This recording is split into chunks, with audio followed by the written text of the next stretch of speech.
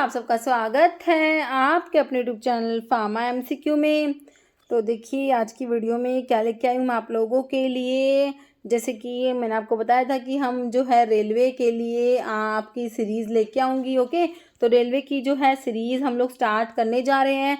ये इसका first part है। तो देखिए पहले तो हम देखेंगे कि पेपर किस टाइप का आपका आता है। तो आपका जो रेलवे का पेपर हुआ था 2019 में 2019 में जो है प्रीवियस पेपर आप लोगों का कंडक्ट हुआ था, एग्ज़ाम है ना। तो जो 2019 वाले क्वेश्चंस हैं वो देख लेते हैं, क्योंकि पहले तो क्या था रेलवे में जो पहले एग्जाम्स होते थे उनमें अपना जो सारा कंप्लीट जो फार्मेसी का सिलेबस आता नहीं था ना, जनरली आता था। तो उसमें से ही कुछ जनरल से क्वेश्चंस आ जाते थे। बट 2019 से आपके सिलेबस में जो फार्मेसी के क्वेश्चंस आए है ना, तो आई थिंक इसमें 70 फार्मेसी के थे, 30 जनरल क्वेश्चन थे इस टाइम से थे मेरे हिसाब से।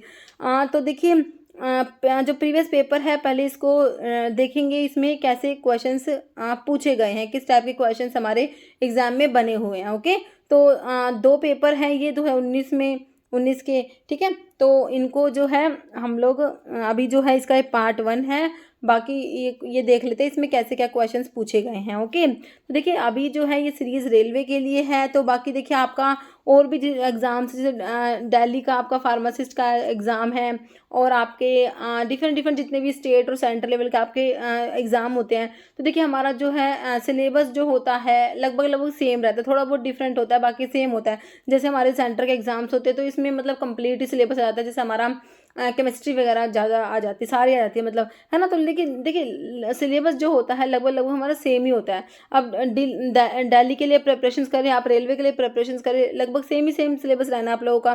तो इस सीरीज़ को आप ना दिल्ली के लिए भी जो DS+B का है उसके लिए भी आप लोग इसको फॉलो करना है ना।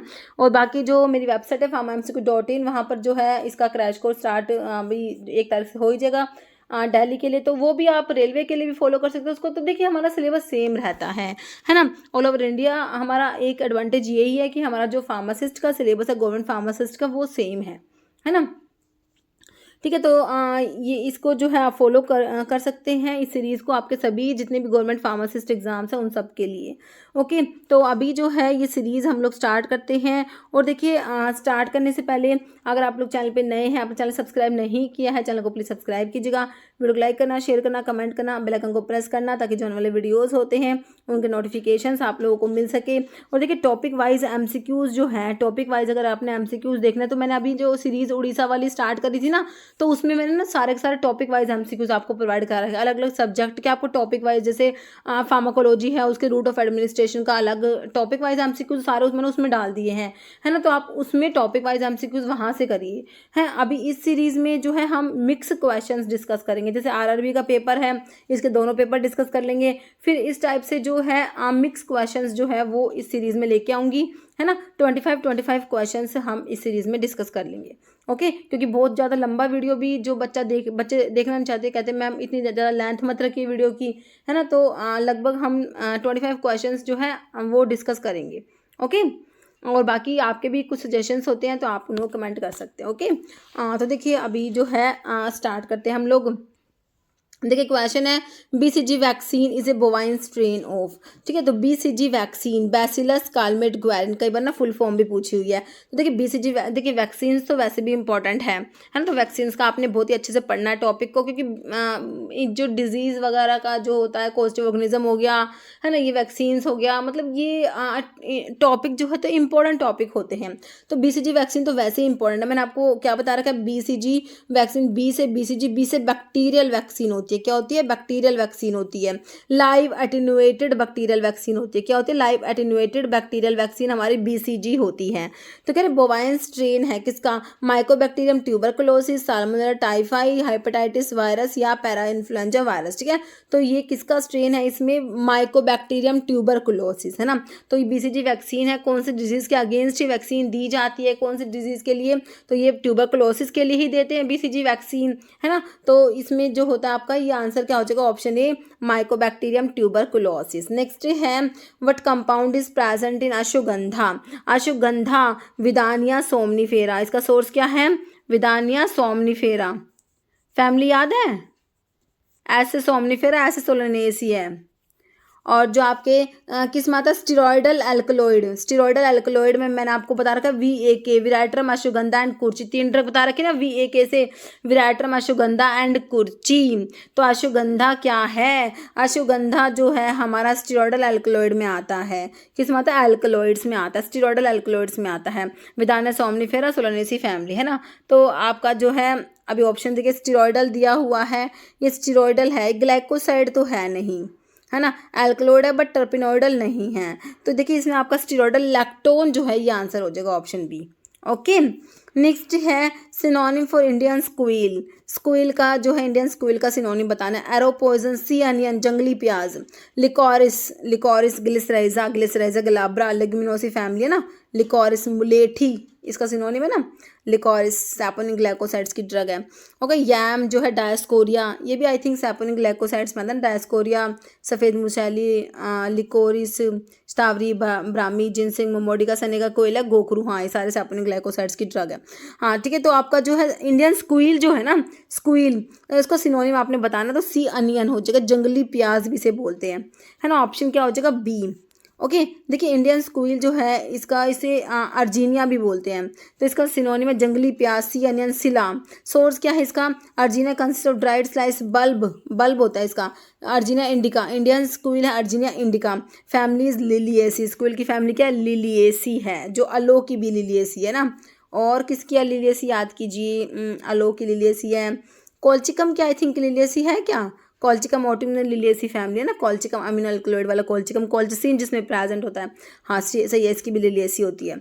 ओके, हाँ तो स्क्वील जो है इसका सोर्स क्या बता दिया मैंने, अर्जीनिया indica Liliaceae family. European squeal होता है ना वो ऑब्टेन होता है किससे, अर्जिना मैरिटिमा, उसका अर्जिना मैरिटिमा है सोर्स, और फैमिली तो वही होगी लिलिएसी है ना। तो ये है यूरोपियन स्क्वील और आपका स्क्वील इंडियन स्क्वील। और जो स्क्वील है इसमें देखिए रैफाइड्स ऑफ कैल्शियम ऑक्जेलेट्स के जो रेफाइड्स क्रिस्टल होते हैं, एसिकुलर रैफाइड्स जो होते हैं वो स्क्वील में प्रेजेंट होते हैं। ओके, और scillarin A and scillarin B इसके मेजर कार्डिक ग्लाइकोसाइड्स होते हैं ड्रग में, सिलेरिन ए और सिलेरिन बी। तो स्क्वील आपकी कार्डिक ग्लाइकोसाइड्स में आती है। ओके, तो ग्लाइकोसाइड की ड्रग है squill. Next question, hammer mill work on the principle. देखिए मिल के प्रिंसिपल तो मैंने आपको बताए रखे इंपॉर्टेंट है, तो हैमर मिल पे क्वेश्चन बना हुआ है। देखिए कटिंग या इम्पैक्ट, कंप्रेशन या एट्रिशन। हैमर मिल में इम्पैक्ट होता है, डिसइंटीग्रेटर में भी इम्पैक्ट होता है। हैमर मिल में क्या होता है, इम्पैक्ट होता है। डिसइंटीग्रेटर में भी इम्पैक्ट होता है, डिसइंटीग्रेटर में भी इम्पैक्ट होता है। ओके, तो सारे प्रिंसिपल्स देखिए मैंने लिखे हुए हैं। अभी ऑप्शन बी आपका राइट हो गया। देखिए इधर एक तरफ मिल के नाम लिखे हुए हैं, एक तरफ इनके प्रिंसिपल्स एक्शंस लिखे हुए, एक तरफ प्रोडक्ट साइज, यूज और किसके लिए यूज नहीं करेंगे। ओके, देखिए कटर मिल में क्या होता है, कटिंग होता है ना। रोलर मिल में कंप्रेशन, हैमर मिल में इम्पैक्ट, डिसइंटीग्रेशन में भी इम्पैक्ट है। बाकी फ्लूइड एनर्जी मिल, बॉल मिल इनमें इम्पैक्ट एंड एट्रिशन होता है। तो एक बार देखिए कटर मिल का जो है प्रोडक्ट साइज 20 to 80 मैश होता है, किसका, कटर मिल का प्रोडक्ट साइज। और cutter mill is used for fibrous crude animal and vegetable drugs के लिए। फाइब्रस ड्रग जो होगी ना, क्रूड ड्रग होगी है ना। नॉट यूज्ड फॉर किसके लिए यूज़ नहीं करेंगे, फ्राइबल मटेरियल्स जो होते हैं ना उनके लिए cutter mill is not used for friable materials. फिर आपका है रोलर मिल में क्या आपका प्रिंसिपल है, कंप्रेशन होता है। इसका प्रोडक्ट साइज है 20 to 200 मैश होता है। Roller mill is used for soft material and roller mill is not used for abrasive materials. Okay, hammer mill का प्रिंसिपल इम्पैक्ट बताया, जो डिसइंटीग्रेटर का, दोनों का प्रिंसिपल इम्पैक्ट है। Product size of hammer mill is 4 to 325 mesh. Hammer mill is used for almost all drug, सभी drug के लिए हैमर मिल यूज़ कर लेंगे। But hammer mill is not used for abrasive material के लिए roller mill भी use नहीं करते और हैमर मिल भी यूज़ नहीं करेंगे। डिसइंटीग्रेशन का प्रिंसिपल सेम है जैसा आपका हैमर मिल का है। इम्पैक्ट डिसइंटीग्रेशन का प्रोडक्ट साइज सेम है जैसा कटर मिल का है 20 to 80 मैश। और डिसइंटीग्रेशन जो है डिसइंटीग्रेटर यूज़ करेंगे almost all drug including very hard drug, जो बहुत हार्ड ड्रग हुई उनके लिए भी यूज़ करेंगे। And not used for soft and sticky materials जो होते हैं उनके लिए डिसइंटीग्रेटर यूज़ नहीं किया जाएगा। फिर आपकी बॉल मिल है, फ्लूइड एनर्जी मिल है और एजिरनल मिल है। बॉल मिल और फ्लूइड एनर्जी मिल दोनों का प्रिंसिपल क्या है, इम्पैक्ट एंड एट्रिशन होता है। प्रोडक्ट साइज 20 to 200 मैश होता है बॉल मिल का, और फ्लूइड एनर्जी मिल का 1 to 30 माइक्रोन में है, इसका ध्यान रखना है, इसलिए इंपॉर्टेंट, क्योंकि इसका अलग है ना, तो इसलिए इंपॉर्टेंट हो जाता है आपका फ्लूइड एनर्जी मिल का प्रोडक्ट साइज। और किसके लिए यूज़ करेंगे, ball mill is use for brittle drugs, है ना, बी से बॉल मिल, बी से ब्रिटल के लिए यूज़ करेंगे। And ball mill is not use for soft materials के लिए यूज़ नहीं करेंगे। Fluid energy mill is used for moderately hard and friable material and fluid energy mill is not used for soft and sticky materials के लिए use नहीं करेंगे। जैसे disintegrator को भी सॉफ्ट एंड स्टिकी मटेरियल्स के लिए यूज़ नहीं कर रहे थे। एज रनर मिल में क्रशिंग एंड शेयरिंग प्रिंसिपल होता है। प्रोडक्ट साइज होता है 20 to 80 मैश होता है। और जो एज रनर मिल है ऑलमोस्ट ऑल ड्रग्स के लिए यूज़ करोगे, जैसे आपने हैमर मिल को करा है ना, और ये यूज़ नहीं करेंगे स्टिकी मटेरियल्स के लिए, आपका एज रनर मिल यूज़ नहीं किया जाएगा। तो ये देखिए मिल के प्रिंसिपल तो याद करने ही करने, तो काफ़ी इंपॉर्टेंट है। बाकी प्रोडक्ट साइज भी बन जाता है, जैसे आपका फ्लूइड एनर्जी मिल का पूछते हैं, है ना, किसके लिए यूज़ करेंगे किसके लिए यूज़ नहीं करेंगे ना, तो आपने को वैसे पता सारा ही होना चाहिए। नेक्स्ट क्वेश्चन है, which one of the following is not a radiation obtain from radio active compound. से रेडिएशन ऑब्टेन होती है ना, कौन कौन सी होती है, बीटा होती है, बिल्कुल होती है, गामा होती है, अल्फा होती है, एप्सिलॉन होती है, क्या बताइए, एप्सिलॉन कोई रेडिएशन नहीं है, तो आंसर क्या हो जाएगा, ऑप्शन बी। नेक्स्ट क्वेश्चन है, एंजियोडीमा is the adverse drug reaction affecting the. देखिए एडवर्स ड्रग रिएक्शन में एंजियोडीमा आता है, इसमें क्या अफेक्ट होता है बताइए, गैस्ट्रोइंटेस्टिनल ट्रैक्ट अफेक्ट होता है, लीवर, पैंक्रियाज या स्किन। तो इसमें क्या होता है, स्किन अफेक्ट होता है आपका, है ना, ऑप्शन क्या हो जाएगा, डी। एंजियोडीमा में क्या होता है, स्वेलिंग होता है, deeper layer of skin, skin की जो डीपर लेयर होती है ना वो स्वेल हो जाती है, कोज बाय बिल्डअप, उनमें ना फ्लूइड बिल्डअप हो जाता है, उसकी वजह से स्किन स्वेल हो जाती है। नेक्स्ट है, लिक्विड मेम्ब्रेन सिस्टम को क्या कहेंगे, और ऑल्सो कोल्ड एज एक्वासोम्स कहेंगे, नैनो कैप्सूल्स कहेंगे, मल्टीपल इमल्शंस कहेंगे, वीरोसोम्स कहेंगे। लिक्विड मेम्ब्रेन सिस्टम और also called as multiple emulsions, क्या कहेंगे, multiple emulsions. Okay, next convective mixing is also called as, convective mixing को और क्या कहोगे, डिफ्यूजिव मिक्सिंग कहोगे, शेयर मिक्सिंग कहोगे, माइक्रो या मैक्रो मिक्सिंग कहोगे, है ना। तो देखिए कन्वेक्टिव मिक्सिंग जो है इसके बारे में लिखा हुआ है, ये कन्वेक्टिव मिक्सिंग को मैक्रो मिक्सिंग कहेंगे। ओके, क्या कहेंगे, macro mixing, it is convective mixing is also known as macro mixing. तो ऑप्शन क्या हो जाएगा आपका, डी हो जाएगा, macro mixing. Okay, convective mixing is also known as macro mixing, option D. देखिए प्रिंसिपल मैकेनिज्म होता है सॉलिड सॉलिड मिक्सिंग में, कौन कौन से होते हैं, सॉलिड सॉलिड की मिक्सिंग में, जैसे आपके पाउडर्स की मिक्सिंग के लिए, है ना, कन्वेक्टिव मिक्सिंग होता है, डिफ्यूजिव मिक्सिंग होता है, और आपका शेयर मिक्सिंग होता है। कन्वेक्टिव मिक्सिंग को मैक्रो मिक्सिंग कहते हैं, जो आपसे क्वेश्चन में पूछा हुआ है। डिफ्यूजिव मिक्सिंग को माइक्रो मिक्सिंग कहता है, कन्वेक्टिव मिक्सिंग को मैक्रो मिक्सिंग कहेंगे, और डिफ्यूजिव मिक्सिंग को माइक्रो मिक्सिंग कहेंगे। और ओके ध्यान रखना। नेक्स्ट है, reaction between acid and base. देखिए एसिड और बेस के बीच में रिएक्शन होती है to give a salt and water, है ना। देखिए एसिड है आपका, जैसे आपका कोई भी एसिड ले लीजिए, CH3COOH, है ना, एसिटिक एसिड, या फिर HCl ले लीजिए, है ना। तो एसिड एंड बेस NaOH ले लीजिए, सोल्ट एंड वाटर बनेगा, NaCl बन जाएगा प्लस H2O वाटर बन जाएगा। तो कह रहे एसिड एंड बेस के बीच में रिएक्शन होगी to give a salt and water, is known as, कैसी रिएक्शन है ये, न्यूक्लियोफिली का डबल डिकम्पोजिशन है, कंबशन है, या न्यूट्रलाइजेशन। देखिए इस टाइप के केमिस्ट्री के बेसिक क्वेश्चन भी RRB में पूछे जाते हैं। ओके, तो इस टाइप का ना बेसिक आपको केमिस्ट्री का बेसिक पता होना चाहिए। ओके, तो न्यूट्रलाइजेशन रिएक्शन होता है। नेक्स्ट क्वेश्चन है, alcohol react with carboxylic acid in the presence of inorganic acid to form. Alcohol जो है आपका ROH, है ना, ये रिएक्ट करे कार्बोक्सिलिक एसिड RCOOH। तो कह रहे हैं कि in the presence of inorganic acid to form, तो इससे क्या बनेगा, है ना, अल्कोहल और एसिड जुड़े, है ना, तो वाटर मॉलिक्यूल रिलीज हो जाएगा, तो क्या बनेगा, RCOOR, है ना, ये बनेगा ना। तो इसमें देखिए मेरी केमिस्ट्री जो है इतनी अच्छी नहीं है, तो आप देख लेना कुछ गलती हो तो इसमें। ओके, तो इसमें जो है क्या बनेगा, अमाइड बनेगा, तो ये अमाइड तो नहीं लग रहा, एस्टर है, एल्डिहाइड है, या ईथर है, तो क्या है ये भाई देख लो, तो ये एस्टर है ना, ऑप्शन बी हो जाएगा, एस्टर। नेक्स्ट है, इसमें लिखा हुआ है compound found by reaction of alcohol and acid carboxylic acid is ester. Next है chapter 3 of drug and cosmetic 1940 and rules 1945। देखिए ड्रग एंड कॉस्मेटिक एक्ट कब आया, 1940 में आया, इसके रूल्स कब आए, 1945 में आए, ध्यान रखना है। तो एक्ट और उनके ईयर भी इंपॉर्टेंट है। ड्रग एंड कॉस्मेटिक एक्ट 1940 में आए, इसके रूल्स 1945 में आए।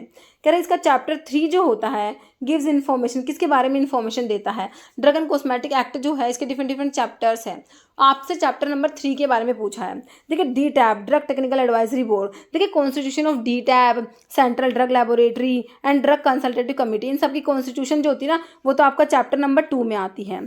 चैप्टर नंबर 3 में क्या आएगा ये बताना है। Manufacture sale and distribution of drug and cosmetics, ये आपका चैप्टर नंबर 4 में आता है। चैप्टर नंबर 3 में आएगा import of drug and cosmetics, option C हो जाएगा। Import of drug and cosmetics है ना, वो आपका चैप्टर नंबर 3 में आएगा। चैप्टर नंबर 4 में मैंने आपको बता दिया manufacturing, sale and distribution of drug and cosmetics. And आपका जो है प्रोविजंस रिलेटेड टू आयुर्वेदा, सिद्धा, यूनानी ड्रग्स, ये आपका 4A में आएगा। और chapter number 5 is miscellaneous. Chapter number जो 1 रह गया, 1 इंट्रोडक्टरी होता है, इंट्रोडक्शन होता है ना। तो ये चैप्टर्स हैं आपके ड्रग एंड कॉस्मेटिक एक्ट के, डिफरेंट चैप्टर्स हैं, तो इंपॉर्टेंट है। देखिए आपका जो है ये प्रीवियस पेपर है, तो आप इसको देख के चलिए कैसे क्या क्वेश्चंस पूछे जा रहे हैं ना, बहुत इंपॉर्टेंट आप लोगों के लिए। ठीक है, तो आपके जो है चैप्टर नंबर 3 में क्या आ गया import of drug and cosmetics आ गया ना। तो देखिए अभी मैंने लिखा भी हुआ है इसमें, ड्रग एंड कॉस्मेटिक एक्ट जो है it is divided into 5 chapters and 18 parts, है ना। तो इसके 5 चैप्टर्स, आपके फार्मेसी एक्ट में भी 5 चैप्टर है, ड्रग एंड कॉस्मेटिक एक्ट में भी 5 चैप्टर्स है। तो फर्स्ट में इंट्रोडक्शन आ गया। चैप्टर नंबर 2 में क्या है, constitution of DTAB, drug technical advisory board, drug consultative committee है, सेंट्रल ड्रग लैबोरेटरी, इन सबकी कॉन्स्टिट्यूशन आती है। चैप्टर नंबर 3 में import of drug and cosmetics आएगा। चैप्टर नंबर 4 में manufacturing, sale, distribution of drug and cosmetics. 4A में क्या आएगा, प्रोविजंस रिलेटेड टू आयुर्वेदा, सिद्धा, यूनानी ड्रग्स। चैप्टर 5 इज मिसलेनियस, जो बच्चे कुछ रह जाते हैं ना वो चैप्टर नंबर 5 में आ जाएंगे। तो ये है हमारा ड्रग एंड कॉस्मेटिक एक्ट के 5 चैप्टर्स के बारे में, है ना, बहुत इंपॉर्टेंट है। ये आपका रेलवे में आया 2019 में। उसके बाद आपके रिसेंटली जो 2023 में एम्स में एग्जाम हुए थे ना, तो ये वाला question I think AIIMS Patna में चैप्टर नंबर 3, हाँ एम्स पटना में पूछा गया था चैप्टर 3 के बारे में। हाँ नहीं तो लैसिथिन इज एन एग्जाम्पल 4। तो लैसिथिन किसका एग्जाम्पल होता है, फिनोलिक टाइप के एंटीऑक्सीडेंट है, क्विनोलिन टाइप के एंटीऑक्सीडेंट है, organic acid, alcohol and asters है, अमीन टाइप के एंटीऑक्सीडेंट्स हैं। लैसिथिन पढ़ते हैं ना, लैसिथिन जो आपके किस में आता है, ये फॉस्फोलिपिड्स में। मैंने आपको लिपिड्स के बारे में पढ़ाया तो उसमें बताया था फॉस्फो जो आपके कंपाउंड लिपिड्स होते हैं, है ना, तो उसमें फॉस्फोलिपिड्स होते हैं, ग्लाइकोलिपिड्स होते हैं, है ना। तो फॉस्फोलिपिड्स में हमारा लैसिथिन और सिफेलिन आया था, है ना। तो लैसिथिन इज एन एग्जाम्पल 4। तो क्या है ये देखिए एक टाइप का क्या होता है, अमीन टाइप का क्या होता है, ये आपका एंटीऑक्सीडेंट होता है। ओके, ऑप्शन डी हो जाएगा। जैसे sodium bicarbonate is commonly known as, तो इनऑर्गेनिक केमिस्ट्री के सिनोनिम्स तो इंपॉर्टेंट है ही हैं, मतलब कि बिल्कुल बेसिक से क्वेश्चन बनते हैं यहाँ से, और मतलब इजी होते हैं क्वेश्चन, है ना। Sodium bicarbonate is commonly known as, देखिए कॉस्टिक सोडा NaOH होता है आप लोगों का, सोडियम हाइड्रोक्साइड, है ना। रोचेलस सोल्ट होता है sodium potassium tartrate, sodium potassium tartrate होता है। और बेकिंग सोडा आपका आंसर हो जाएगा सोडियम बाइकार्बोनेट, है ना। और इप्सम सोल्ट क्या होता है बताइए, मैग्नीशियम सल्फेट होता है। इप्सम सोल्ट क्या है, मैग्नीशियम सल्फेट होता है। ओके, तो सोडियम बाइकार्बोनेट आपका क्या होगा, बेकिंग सोडा, ऑप्शन सी, है ना। बाकी caustic soda NaOH, Rochelle's salt sodium potassium tartrate, Epsom salt is magnesium sulphate, एक सोडियम सल्फेट होता है that is Glauber salt. Sodium sulphate क्या होता है, ग्लोबर सोल्ट। नेक्स्ट है electro reducible substance can be determined by, electro reducible substance को determine करोगे किससे, एम्पीरोमीट्री से, पोटेंशियोमीट्री से, कैलोरीमीट्री से, कंडक्टोमीट्री से। Electro reducible substance can be determined by, तो ये देखिए एम्पीरोमीट्री हो जाएगा। Okay, option A. Next question, any undesirable change in the physical, chemical और biological feature of air, land and water is called. देखिए कोई भी अनडिजायरेबल चेंज होता है physical, chemical and biological features of the air, land and water, तो उसे क्या कहेंगे, इकोसिस्टम कहोगे, पोल्यूशन, इकोलॉजी, पोल्यूटेंट्स, तो ये पोल्यूशन कहेंगे, क्या कहेंगे, पोल्यूशन। ओके, जैसे internationally accepted method of measuring obesity, है ना, ओबेसिटी जो होता है उसको मेजर करने के लिए इंटरनेशनली एक्सेप्टेड मेथड कौन सा है, बॉडी मास इंडेक्स है, पॉन्ड्रल इंडेक्स है, सुलीवन इंडेक्स या एच इंडेक्स। देखिए किस टाइप के इंडेक्स ये दिए हुए हैं ना, इस टाइप से देखिए। तो आपका जो ये तो आपका जो ओबेसिटी को मेजर करने के तो आपका बॉडी मास इंडेक्स होता है, देखिए इंपॉर्टेंट है ये बॉडी मास इंडेक्स BMI वाला ना, आप इसको पढ़ लेना अच्छे से, कहीं से भी जहाँ पे भी टॉपिक मिले आप इसको पढ़ डालिए, क्योंकि ये ना इंपॉर्टेंट टॉपिक है BMI वाला, है ना। मेरे को भी अगर टॉपिक मिला तो मैं इसके ऊपर आपको एक वीडियो बना के दूँगी, क्योंकि ना देखिए ये क्वेश्चन BMI वाला आपका रेलवे में आया, और आई थिंक मेरे हिसाब से ESIC में भी ये BMI वाला पूछा था, और if I am not wrong this is asked इसमें आई थिंक अभी जो एम्स में हुआ था ना, एम्स पटना, उसमें ये BMI का फॉर्मूला पूछा हुआ था, इस टाइप से था। और उसके बाद ये वही क्वेश्चन एम्स पटना वाला एक एग्ज़ाम में और रिपीट हो गया, OMCL का था उड़ीसा में, इस टाइप से, या फिर एक मतलब कि था पेपर एक में हो रहा था। तो मतलब ये इंपॉर्टेंट टॉपिक है, तो ये जो है आप बॉडी मास इंडेक्स वाला आप इसको पढ़ लेना। ओके, तो ऑप्शन जो है ए हो जाएगा। तो ये बाकी के दिए हुए ना इसमें पॉन्डरल इंडेक्स, ये देखिए क्या होता है, ये पॉन्डरल इंडेक्स क्या है, वेट हाइट रिलेटेड पैरामीटर होता है। ये वेट हाइट रिलेटेड पैरामीटर होता है, that is mainly use to assess the pattern of fetal growth in small for gestational age infants में। ओके, तो इसके लिए इसको यूज़ करते हैं। फिर ये क्या सुलीवन इंडेक्स क्या होता है, ये होता है देखिए also known as disability free life expectancy, DFLE, disability free life expectancy होता है, is a method to compute life expectancy free of disability. Okay, तो ये सुलीवन इंडेक्स के बारे में है। नेक्स्ट क्वेश्चन है how many chromosomes are there in human beings, तो कितने क्रोमोसोम्स होते हैं, 23 पेयर्स पढ़ते हो, 23 पेयर्स, तो टोटल कितने होते हैं, अभी ऑप्शन देखो आपसे टोटल नंबर ऑफ क्रोमोसोम्स इसमें दिए हुए हैं, तो 23 पेयर्स कह दो या फिर 46 क्रोमोसोम्स कह दो। ओके, 23 पेयर है ना, पेयर है तो मतलब कि टोटल कितने हो गए, 46 हो गए।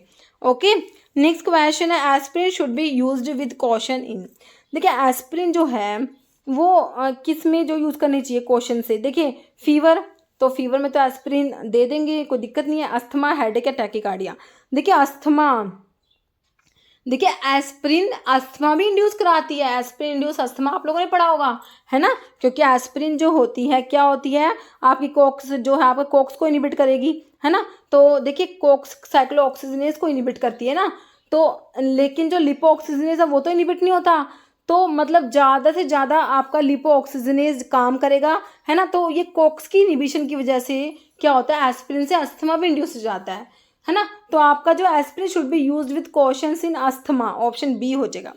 नेक्स्ट क्वेश्चन है as per drug and cosmetic act 1940, तो ड्रग एंड कॉस्मेटिक एक्ट के बारे में अभी तो हमने एक क्वेश्चन देखा था, तो जूरिस्प्रूडेंस तो इंपॉर्टेंट है ही है, जूरिस्प्रूडेंस तो मतलब कि आपका क्वेश्चन बनना ही बनना है जूरिस्प्रूडेंस से।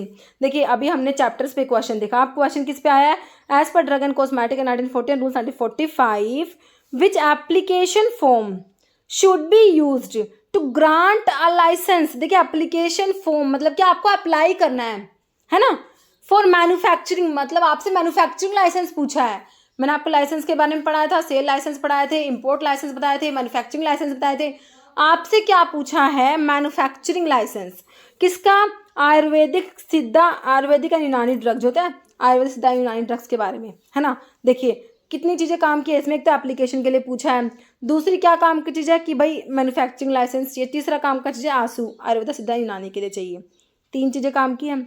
ओके ठीक है, आयुर्वेदा सिद्धा एंड यूनानी के लिए पूछा आपसे है ना, और एक आपका होम्योपैथिक ड्रग के लिए होता है, एक में अप्लाई करते हो, एक में लाइसेंस इशू होता है ना, तो मैंने आपको 24-25 याद करने के लिए बताया था, 24-25। ओके, अब इसमें COD लगाना है ना, तो देखिए होम्योपैथिक लास्ट में C आ रहा है तो यहाँ पर C लगा दो, बाकी इसमें D लगाना आपने, ठीक है। अब देखिए आयुर्वेदा सिद्धा यूनानी के मैन्युफैक्चरिंग के लिए आपने अप्लाई करना, तो form number 24D, license issue होगा फॉर्म नंबर 25D में, होम्योपैथिक ड्रग के लिए आपने अप्लाई करना है तो form number 24C, license issue होगा फॉर्म नंबर 25C में, बिल्कुल सिंपल है ना। तो अभी आपसे पूछा है एप्लीकेशन, ये वाला अप्लाई वाला आयुर्वेद सिद्धा यूनानी के लिए मैन्युफैक्चरिंग के लिए 24D, सिंपल आंसर निकल के आया आप लोगों का, ऑप्शन क्या हो जाएगा, ए, फॉर्म नंबर 24D हो जाएगा है ना, तो आंसर क्या हो जाएगा, ऑप्शन ए हो जाएगा, फॉर्म नंबर 24D एप्लीकेशन के लिए लाइसेंस जो है आपका जो आयुर्वेदा सिद्धा एंड यूनानी ड्रग्स के लिए। ओके, तो मेरे हिसाब से क्लियर है आपको, मैन्युफैक्चरिंग लाइसेंस की बात हो रही है, तो ऑप्शन क्या हो जाएगा, ए हो जाएगा। ओके, देखिए मैन्युफैक्चरिंग लाइसेंस का मैंने थोड़ा सा इसमें लिखा भी हुआ है, देखिए लाइसेंस जो है इसमें मैन्युफैक्चरिंग लाइसेंस के बारे में बताए हुए, एक तरफ लिखा हुआ है लाइसेंस के लिए अप्लाई करेंगे, इसमें लाइसेंस इशू होगा। देखिए अदर देन दो स्पेसिफाइड इन शेड्यूल C-C1X की बात होती है, अदर देन C-C1X की बात होती है, तो आपने 24-25 याद रखना है, इसमें आपने 24-25 और 27-28 ही याद रखना है मैन्युफैक्चरिंग में ना। तो देखिए अदर देन दो स्पेसिफाइड इन शेड्यूल C-C1X के लिए 24-25 अप्लाई करेंगे, 24 में लाइसेंस इशू होगा 25 में।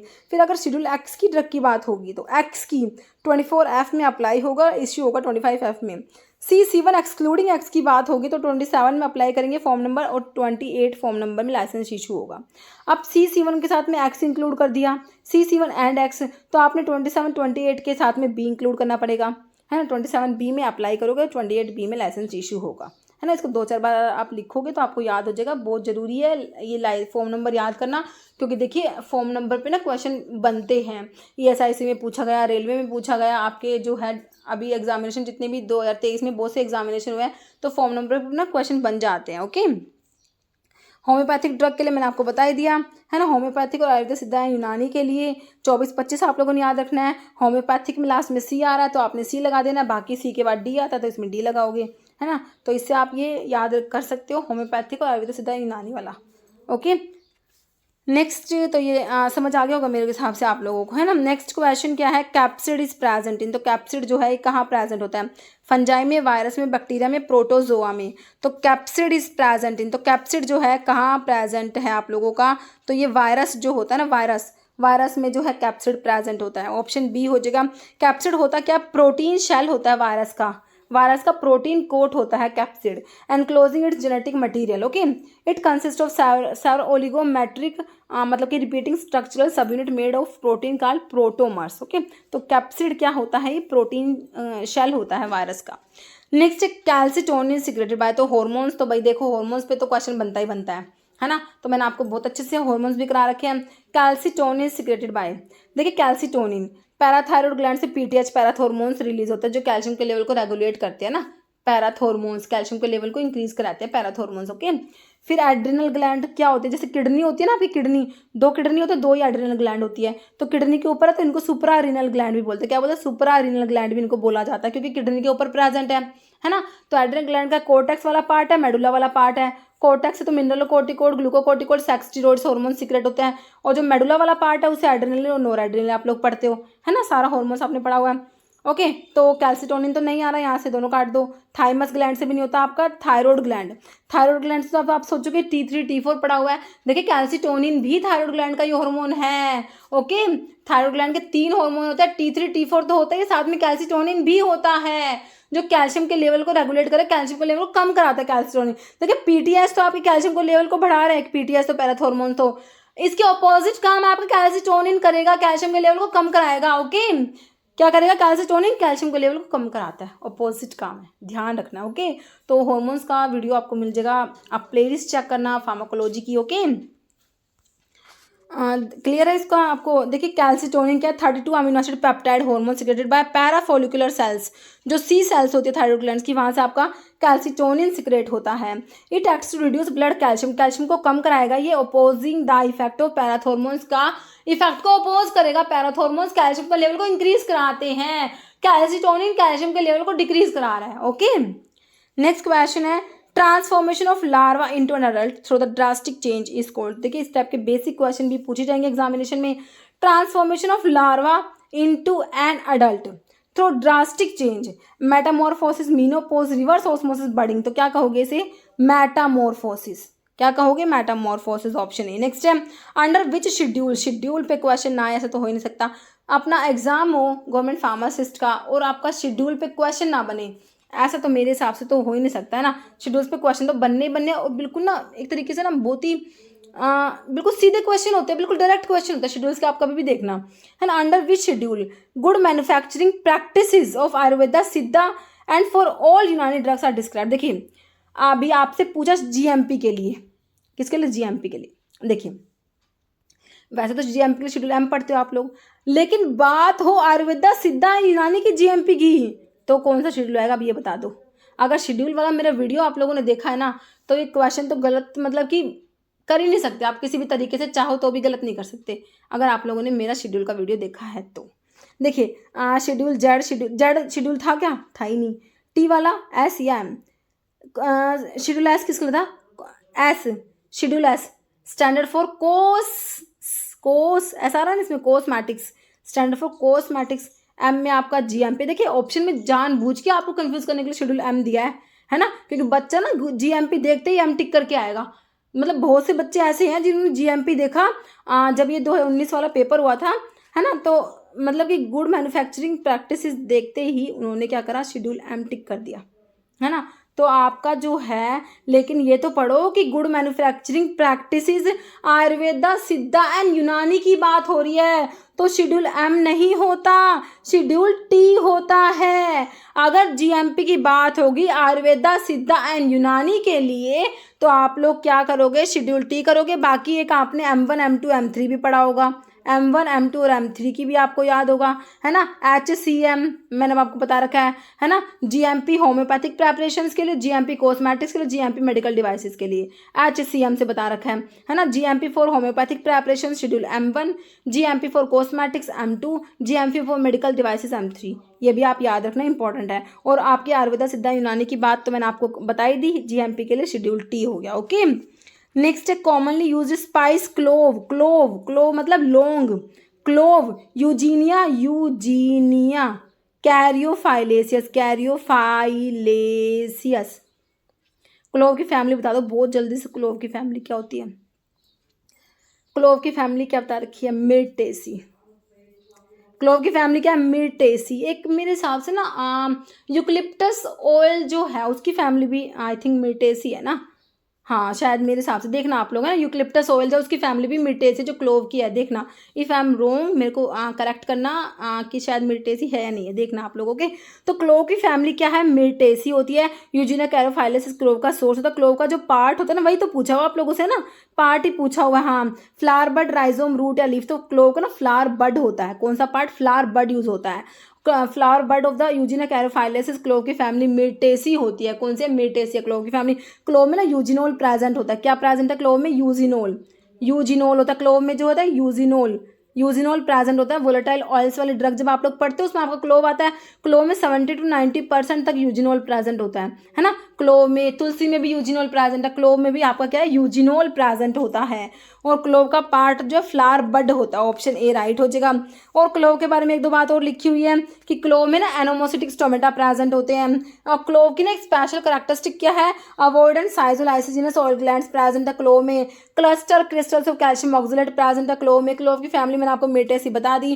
क्लोव में यूजिनोल बता दिया 70 to 90%। Clove do not contain starch, clove में स्टार्च जो है वो प्रेजेंट नहीं है ना। कि क्लोव की इंपॉर्टेंट बातें हैं। Next, by which bond amino acid are joint together. Amino acid जुड़ रहे हैं कौन से बॉन्ड से, तो आपको बता दोगे ऑप्शन में। तो जुड़ के बनाएंगे क्या, amino acid, amino acid, amino acid जुड़ गया, amino acid, amino acid, amino acid. तो अमीनो एसिड क्या बनाएंगे, प्रोटीन बनाएंगे। Protein are the polymer of amino acid, है ना। Amino acid are the building block of proteins. Proteins किससे मिलके बने होते हैं, अमीनो एसिड से मिलके क्या बनते हैं, प्रोटीन्स बनते हैं, है ना। जैसे आपका इंसुलिन क्या है, एक प्रोटीन है। तो इंसुलिन में 51 अमीनो एसिड्स होते हैं चेन ए में, 21 चेन बी में, 30 अमीनो एसिड है ना। आप सबने आपने सारा पढ़ा हुआ है। तो अमीनो एसिड के बीच में बॉन्ड कौन सा है, कौन से बॉन्ड से अमीनो एसिड जुड़ रहे हैं, dipole, dipole, ionic hydrogen amide. देखिए आपने क्या पढ़ा है, अमीनो एसिड के बीच में पेप्टाइड बॉन्ड पढ़ा हुआ है मेरे हिसाब से ना। अमीनो एसिड के बीच में क्या पेप्टाइड बॉन्ड है, उस पेप्टाइड बॉन्ड को ही अमाइड बॉन्ड कहते हैं। पेप्टाइड बॉन्ड को ही क्या कहते हैं, अमाइड बॉन्ड कहते हैं। ऑप्शन आपका डी हो जाएगा। ओके, देखिए peptide bond join the amino acid को जॉइन करेगा पेप्टाइड बॉन्ड, है ना, जिसको आपने अमाइड बॉन्ड भी कह सकते हो। Peptide bond also refer to as amide bond form between the alpha nitrogen atom. एक अमीनो एसिड का तो नाइट्रोजन एटम होता है और दूसरे का कार्बोनाइल कार्बन होता है। ओके, तो ये अमीनो एसिड आपस में एक दूसरे से जुड़े होते हैं पेप्टाइड बॉन्ड के थ्रू, इसे अमाइड बॉन्ड भी कह सकते हैं। ओके, तो एक अमीनो एसिड का तो क्या बता दिया, कार्बोक्सिलिक ग्रुप होगा और दूसरे का अमीनो ग्रुप होता है ना। और वाटर मॉलिक्यूल रिलीज होता है और ये अमीनो एसिड ज्वाइन हो जाता है, ये पेप्टाइड बॉन्ड बनता है आप लोगों का, इसका अमीनो एसिड्स का। और अमीनो एसिड जुड़ के क्या बनाएंगे, प्रोटीन बनाते हैं। ओके, तो ये क्वेश्चन भी बहुत बार आया है कि भाई आप प्रोटीन्स किससे मिल अमीनो मतलब कि प्रोटीन किस अमीनो एसिड मिलके क्या बनाएंगे, है ना। प्रोटीन्स किसके बने, तो प्रोटीन सारा पॉलीमर ऑफ अमीनो एसिड्स, है ना। तो ध्यान रखना है। ओके, तो इसमें जो है हमारे 25 क्वेश्चंस हो गए। ओके, तो अभी एक क्वेश्चन जिसका आंसर हमेशा की तरह आप लोग देने वाले हैं, है ना। तो देखिए आप लोगों के लिए क्या क्वेश्चन है। इससे पहले देखिए आप में से बहुत से स्टूडेंट्स कहेंगे कि मैम इसकी PDF प्रोवाइड करिए, है ना, क्योंकि बच्चे ना जो वीडियो में कंटेंट है उस पर ध्यान देना दे, ये जरूर कहेंगे कि मैम PDF प्रोवाइड करिए। तो इसका भी मैंने आपके लिए सोल्यूशन निकाल दिया है। अगर आपको इन जो भी मैं आपके साथ डिस्कस करती हूँ, है ना, क्वेश्चंस वगैरह, आपको इन सबका PDF चाहिए तो तो जो आप जो है वेबसाइट जो है pharmamcq.in वहाँ पे विजिट करिए। आप जब अपना ब्राउज़र जो है क्रोम है जो भी है उसमें आप pharmamcq.in टाइप करेंगे, pharmamcq.in टाइप करेंगे, है ना, तो मेरी वेबसाइट ओपन हो जाएगी, है ना। तो उसमें जो मैंने अभी कोर्सेज स्टार्ट कर रखे हैं, एक उड़ीसा का कोर्स है, एक DSSB का, है ना। तो उसमें जो है आपको ये PDF मिल जाएंगी, सारे के सारे आप PDF उसमें प्रोवाइड करा रही हूँ। अभी जो ये DSSB वाला है उसमें तो 5000 MCQs की जो है PDF उसमें 2500 क्वेश्चन तो मैंने अपलोड कर भी दिए हैं। और ये जो है जो कोर्स है ये DSSB वाला, ये 1 तारीख से स्टार्ट हो जाएगा, 1 अप्रैल से। ओके, तो आपको जो PDF चाहिए ना, तो आप इनको देखिए, आप PDF के लिए तो आपको थोड़ा बहुत पे करना पड़ेगा, बाकी सब कुछ फ्री है, everything is free on YouTube. बहुत ही अच्छे से प्रिपरेशन हो सकती है अगर आप यूट्यूब की वीडियोज़ को फॉलो करते हैं। आपको कहीं कुछ करने की ज़रूरत है ही नहीं, इतना कुछ मटेरियल मैंने मतलब कि चैनल पे आप लोग देखोगे ना, मेरे चैनल पे इतनी सारी वीडियोज़ है, मतलब कि मैंने देखा 1500 से भी ज़्यादा, 1500+ वीडियोज़ डाली हुई है, तो सब कुछ प्रोवाइड कराया हुआ है ना। तो आपको, लेकिन अगर आपको PDF चाहिए तो इसके लिए आपको जो है थोड़ा सा पे करना पड़ेगा। तो आप चैनल पे यहाँ पर जाएंगे तो कोर्सेज हैं, वहाँ पे आप उनको ज्वाइन करेंगे तो आप वहाँ पे मैंने सारा PDF डाला हुआ है। ओके, तो ये इन्फॉर्मेशन आप लोगों को देनी थी, क्योंकि बहुत से बच्चों का कमेंट था मैम PDF के लिए कुछ करिए, ठीक है, तो PDF के लिए कुछ कर दिया है। ओके, तो अभी देखिए, अगर आपको लेनी है तो वहाँ से ले सकते हैं, अदरवाइज जो है अपने नोट्स बनाओ। सेल्फ नोट्स जो होते हैं उनसे अच्छा कुछ भी नहीं होता। अगर आपके पास टाइम होता है तो आप अपने नोट्स बनाओगे, उससे पढ़ोगे, वो सबसे ज़्यादा बेस्ट होता है ना। ये उनके लिए जिनके पास टाइम नहीं होता है ना, जब भाई वर्किंग होते हैं, उनके पास टाइम नहीं होता, तो उनके लिए ये PDF वाला सिस्टम होता है। ओके, तो देखिए अभी क्वेश्चन जिसका आंसर आप लोग देने वाले हैं। Question, axis is a bone of, है ना, एटलस एक्सिस पढ़ी हुई है ना, तो किसकी बोन है? स्कल की है, ओके, स्पाइनल कॉर्ड की है, लेग की है, फोरआर्म की है ना। तो इसका आंसर आप लोगों ने कमेंट बॉक्स में देना है। इस वीडियो में इतना ही। अगर आपको वीडियो अच्छी लगे तो लाइक करना, शेयर करना, चैनल पर नए हैं तो मेरे आप लोगों से रिक्वेस्ट है कि चैनल को प्लीज़ सब्सक्राइब जरूर करना। Okay, thank you.